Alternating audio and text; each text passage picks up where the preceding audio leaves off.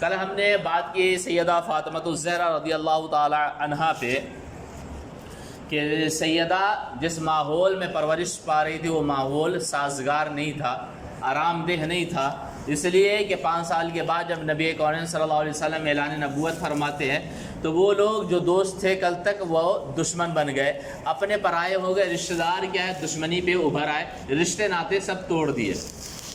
اور ایسے ماحول میں سیدہ کی پرورش ہو رہی تھی۔ اور یہ بھی میں نے کل یہ بتایا کہ ابو جہل سیدہ فاطمہ الزہرا رضی اللہ تعالی عنہا کو بچپن میں تماچا مارا تھا، اور یہ شکایت ہے کہ نبی صلی اللہ علیہ وسلم تک گئی تھی، تو نبی صلی اللہ علیہ وسلم ان کو بھیجے تھے ابو سفیان کے بعد۔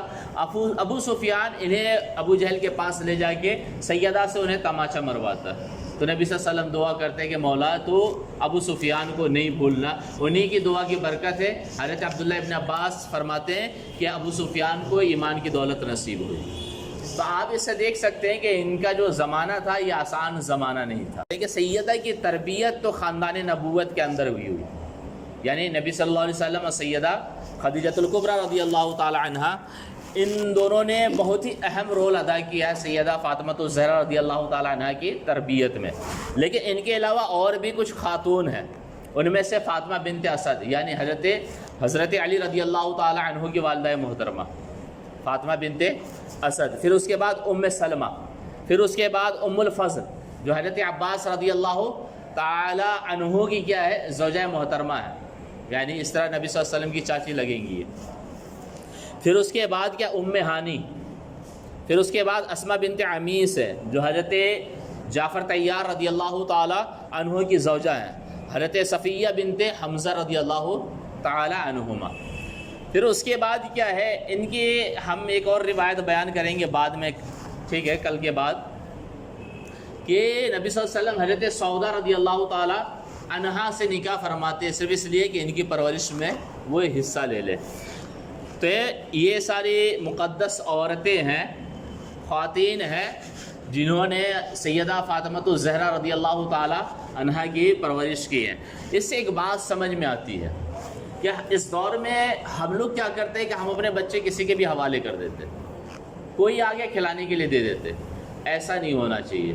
پرہیزگار متقیوں کے پاس اگر ہمارا بچہ ٹائم گزارے گا نا تو پرہیزگار متقی ہوگا، نیک ماحول میں رہے گا تو نیک بنے گا۔ اور ابھی ہمارا ماحول یہ ہے کہ کوئی بھی آئے بچہ لے کے دے دیا جاؤ، اب وہ گود میں لے کے گالی دے رہے یا اٹھ پٹانگ باتیں کریں یا بکواس کریں یا آپ کے بچے کو کہاں رکھیں کوئی گارنٹی نہیں۔ تو آپ جسے بھی دے رہے ہیں بچہ کھلانے کے لیے یا دیکھ بھال کے لیے، تو پہلے اچھی طرح یہ طے کر لیں کہ ہاں وہ آپ کے بچے کی دیکھ بھال کرے گی ہی یا کرے گا ہی۔ پھر ساتھ میں کیا ہے وہ غیر مہذب انسان نہ ہو، ساتھ میں غیر مہذب انسان نہ، غیر مہذب انسان جب بچے کی تربیت کرے گا تو بچہ اچھا انسان نہیں بن سکتا بلکہ بیکار ہی ہو جائے گا، اس کی پرورش پھر اچھی نہیں ہوگی، اس کی پرورش میں کچھ نہ کچھ خرافات چیزیں داخل ہو جائیں گی۔ اس لیے کہ نیکوں کے پاس رہنے سے انسان نیک بنتا ہے، بدوں کے پاس رہنے سے بد بنتا ہے۔ کہا گیا انسان عطر کی دکان میں جائے نا تو خود بخود اس کا جسم کیا خوشبودار ہو جاتا ہے، اور اگر کوڑے کے پاس سے گزرے تو خود بخود بدن سے کیا کوڑے کی بدبو آنے لگتی ہے۔ تو اپنے اولادوں کو اچھے لوگوں کے پاس رکھیے اور اچھے لوگوں کے پاس جانے کی تلقین بھی کریں، ترغیب بھی دلائیں اپنے اولادوں کو، برے لوگوں سے بچنے کی تلقین اور ترغیب کرتے رہنی ہے۔ تو ام ایمن رضی اللہ تعالی عنہ یہ بھی کیا ہے ایک بڑا رول ادا کی ہے سیدہ فاطمہ الزہرا رضی اللہ تعالی عنہ کے پرورش میں۔ ام ایمن یہ نبی کریم صلی اللہ علیہ وسلم کی بھی بہت دیکھ بھال کی ہے، بہت خدمت کی ہے۔ نبی صلی اللہ علیہ وسلم ان کو کیا کہا کرتے تھے؟ والدہ کہا کرتے تھے۔ ام ایمن رضی اللہ تعالی عنہ کو نبی صلی اللہ علیہ وسلم کیا کہتے تھے؟ والدہ، اور یہ بہت ہی زیادہ دیکھ بھال کی ہیں۔ اب آگے بڑھتے ہیں۔ ابن اسحاق اور ابن جریر طبری اور ابن ہشام یہ بیان کرتے ہیں، علامہ ابن اسحاق، ابن جریر طبری اور علامہ ابن ہشام یہ لوگ بیان کرتے ہیں کہ ایک دن حضرت خدیجہ الکبریٰ کے انتقال کے بعد، حضرت خدیجہ الکبریٰ رضی اللہ تعالیٰ عنہ کے انتقال کے بعد ایک دن ایک بدبخت نے نبی کونین صلی اللہ علیہ وسلم کے سر مبارک پر، سر بازار یعنی بازار کے اندر سر مبارک پر مٹی یا تو کیچڑ ڈال دیا۔ آپ سوچیں کہ سیدہ الکبریٰ، ایک بات اور بتاتا ہوں کہ جب تک ابو طالب رہے اور سیدہ خدیجۃ الکبریٰ رضی اللہ تعالیٰ باحیات رہی. یہ دو لوگ رہے، ان کا دبدبہ تھا عرب کے اوپر، ان کا دبدبہ تھا. اس لیے میں کہتا ہوں بزنس میں مسلمانوں کی پکڑ ہونی چاہیے. جب جیسے ہی انسان بزنس میں پکڑ بنائے گا، دنیا خود بخود اس کے قریب آ جائے گی، اس کی بات ماننے لگے گی. ہم لوگ بزنس میں ہے ہی نہیں نا، اس وجہ سے ہماری کوئی ویلیو نہیں ہے.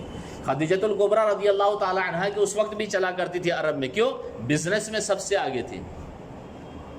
یہ بات سمجھ میں آ رہی ہے؟ بزنس میں سب سے آگے تھی اس وجہ سے. اور ابو طالب یہ سردار قریش تھے، اس وجہ سے ان کی چلا کرتے تھے. جب تک یہ دونوں باحیات رہے، نبی صلی اللہ علیہ وسلم کے سامنے کھل کے کوئی دشمنی کے لیے نہیں آیا، انہیں زیادہ تکلیف نہیں دیا، بس انکار کرتے رہے یا چھپ کے وار کرتے رہے. لیکن ان دونوں کے انتقال کے بعد یہ ان کی کیا ہے، اذا رسانی کیا بڑھ گئی، تکلیف دینے کی عادت یا تکلیف دینے میں انہوں نے اضافہ کر دیا. ان دونوں کے انتقال کے بعد نبی کونین صلی اللہ علیہ وسلم اور ان کے ماننے والوں اور ان کے اہل بیت کو لوگوں نے تکلیف دینی زیادہ کر دی. ٹھیک ہے، تکلیف دینے میں اضافہ کر دیا. وہی فرماتے ہیں کہ حضرت خدیجۃ الکبریٰ رضی اللہ تعالی عنہا کے انتقال کے بعد ایک دن نبی کریم صلی اللہ علیہ وسلم کو ایک بدبخت نے سر بازار نبی صلی اللہ علیہ وسلم کے سر مبارک پر مٹی یا تو کیا کیچڑ ڈال دیا. نبی صلی اللہ علیہ وسلم اسی حالت میں گھر تشریف لائے. سیدہ فاطمہ الزہرا، ایک دوسری روایت میں دوسری صاحبزادی کا تذکرہ ہے کہ سیدہ فاطمہ الزہرا رضی اللہ تعالی عنہا سر مبارک دھوتی جاتی اور ساتھ ہی رنج اور تکلیف کی وجہ سے رو رہی تھی. سر مبارک دھو بھی رہی تھی اور ساتھ میں رو بھی رہی تھی. نبی کریم صلی اللہ علیہ وسلم ان کو تسلی دینے کے لیے فرماتے ہیں کہ جان پیدر یعنی باپ کی جان، رو نہیں صبر کرو، رو نہیں صبر کرو. تیرے باپ کا حامی اللہ تبارک و تعالیٰ ہے، تیرے باپ کا حامی اللہ تبارک و تعالیٰ ہے. وہ مجھے قریش کے شرارتوں سے محفوظ رکھے گا، وہ مجھے قریش کے شرارتوں سے محفوظ رکھے گا. تو ایک بات تو سمجھ میں آتی ہے کہ ابتدائی جو اعلان نبوت کے بعد کا جو زمانہ تھا وہ آسان زمانہ نہیں تھا. وہ دور آسان دور نہیں تھا مسلمانوں کے لیے، اہل بیت کرام اور نبی کریم صلی اللہ علیہ وسلم کے لیے. لیکن نبی کریم صلی اللہ علیہ وسلم اور مسلمان چونکہ ایمان کی حرارت تھی اور ایمان کی اہمیت اور قیمت کو جانتے تھے، اس لیے وہ ثابت قدم رہے. نبی صلی اللہ علیہ وسلم کا یہ فرمانا ہے بیٹی سے کہ بیٹی تیرے والد کا حامی کون ہے؟ اللہ تبارک و تعالیٰ. یہ بہت بڑی بات ہے. ہمارے گھر میں بھی کچھ بات ہو تو اپنے بچوں کو سامنے کہنا چاہیے صبر کرو، ہمارا حامی و ناصر و مددگار کون ہے؟ اللہ تبارک و تعالیٰ ہے. تاکہ اللہ تبارک و تعالیٰ کی ذات پر ایمان پختہ ہو. اگر بچے سوال کریں کہ ہم لوگ سب کچھ مانتے اس کے باوجود بھی ہمیں تکلیف کیوں آتی، تو انہیں بتائیں ہم ایمان والے ہیں تو ایمان والوں کو ہی اللہ تبارک و تعالیٰ آزماتا ہے، بے ایمانوں کو نہیں آزمایا جائے گا. ایمان والوں کو جو بچہ اسکول میں پڑھتا ہے اسی کا ایگزام ہوتا ہے، ٹیسٹ اسی کا ہوتا ہے جو تیاری کرتا ہے. جو پڑھتا ہی نہیں اس کی کیا تیاری ہو؟ تو جو ایمان والا ہے اللہ تبارک و تعالیٰ اسی کو آزمائے گا.